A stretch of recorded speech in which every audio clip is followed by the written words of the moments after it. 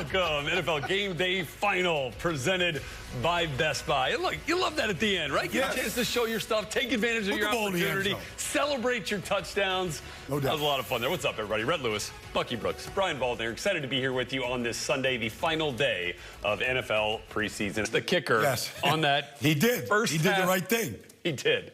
He did. Hey, we're taking advantage of all situational opportunities here in the preseason. But let's start, Bucky, here with Will Levis. What'd you see as he's, this year going to start week one leading this Brian Callahan offense? Well, you have to like what you saw the last preseason game. 11 for 13, 153 yards, got everyone involved. And I think, Baldy, what we liked is just the overall execution of the offense under his direction. As a young quarterback, learning how to master this new system under Brian Callahan is going to be critical. But they've surrounded him with enough veteran playmakers to make it easy for him. You see Calvin Ridley there making plays. We saw them get the ball to Tony Pollard.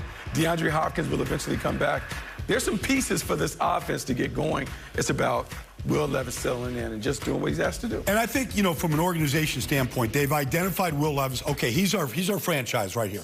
Let's see what we can do. You bring in Bill Callahan to help with the offensive line. You draft J.C. Latham, okay?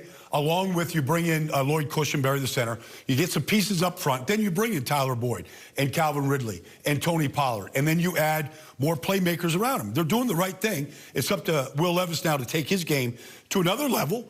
But the pieces around him have gotten a whole lot better. Yeah, 4 out of the 5 projected starters along that Titans offensive line are recent draft picks. Dylan Radins, Nicholas Petit-Frere on the right side, and then the 2 first-rounders, Skoronski and Latham, on the left side. All right, so we are going to put a bow on the preseason today, and now get you ready for what this regular season is going to look like. New faces, new faces, new places, new places. Let me bring you up to speed in the league. At the end of our work week this upcoming week, we got 3 days of Steelers versus Steelers work, and why not do it then? It kind of, minimizes the Steelers versus Steelers work when we start making decisions prior to the completion of that. We've got ample time to prepare for Atlanta and make whatever decisions or announcements regarding divisional labor or pecking orders and so forth, and so we'll do it at the end of the work week. All right, so let's take a look here. Russell Wilson, Justin Fields. In terms of sample size, Fields getting a little bit more action. Obviously, Russell was still kind of dealing with the calf early on in the preseason. Fields leading 2 scoring drives. And, look, it's pretty even.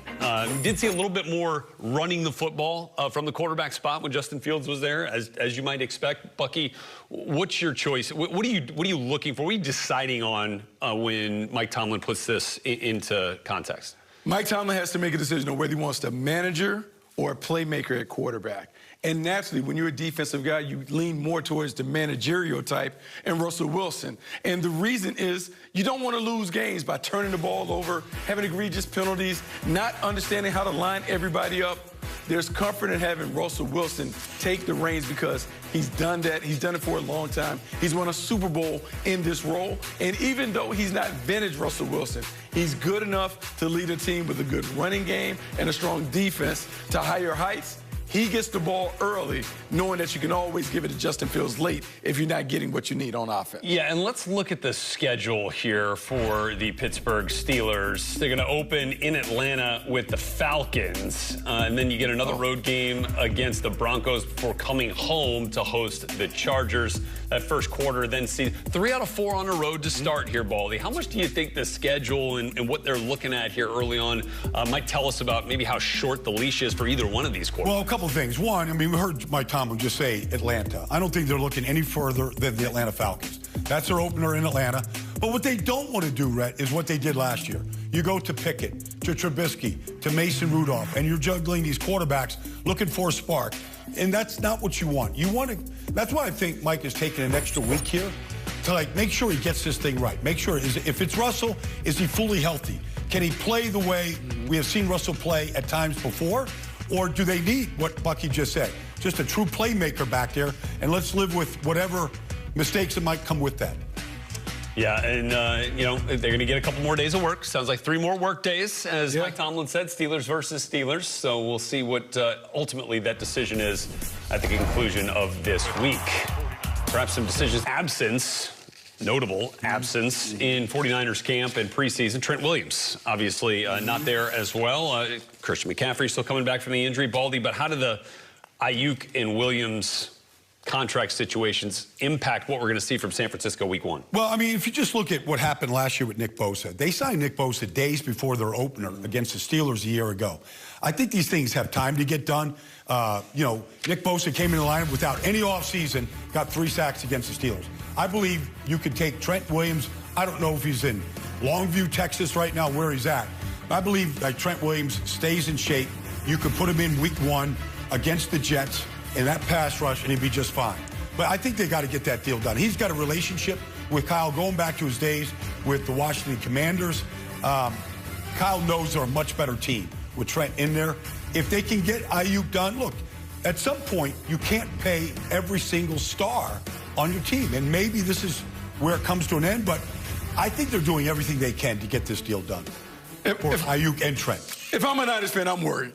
I'm worried because I'm worried about the lack of focus. No one is around. Everyone is focused on their own individual agendas. We're not coming together as a team. We're here in training camp. Brandon Ayuk's not here. Trent Williams crying for money. We just got CMC done. I just don't like it going in. I feel like the Super Bowl hangover is still hovering over the 49ers right now. And then there's the Ricky Pearsall injury. Yep. You know, so kind of thought that might be some insurance for him if the Ayuk thing lingers or if he ends up leaving. But now, you know, Pearsall dealing with the shoulder situation. So the Eagles are going to flip the script here, right? Putting all of training camp and preseason to bed here as they get ready for the regular season opener. As we mentioned, didn't see Hurts at all in the preseason, but Nick Sirianni says Jalen Hurts is having an unbelievable camp. Obviously, tail end of last year, that vibes were not immaculate.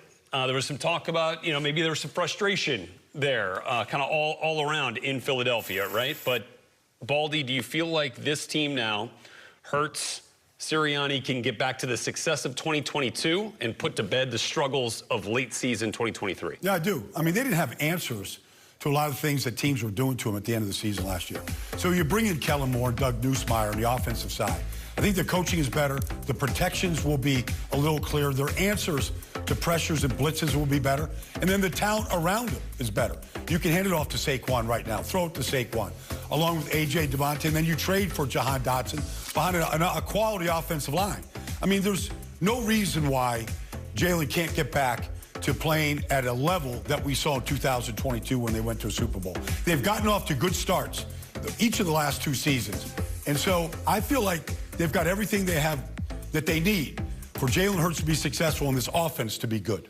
Offense should be remarkable. And I'm expecting a team that can light up scoreboards. Kellen Moore takes over. And it reminds me a lot of when the Cowboys had Dak Prescott and Ezekiel Elliott in the prime. Bringing Saquon Barkley over gives them a different dimension to this offense. We can talk about Devontae Smith and A.J. Brown and Dallas Goedert, but being able to run the football with Saquon changes the equation. It should make life easier for Jalen Hurts. Look for Jalen Hurts to reemerge as that guy that was pushing for MVP status a couple years ago. Yeah, but no question that Dak Prescott was the most prolific passer and best quarterback in this division, the NFC East, a year ago.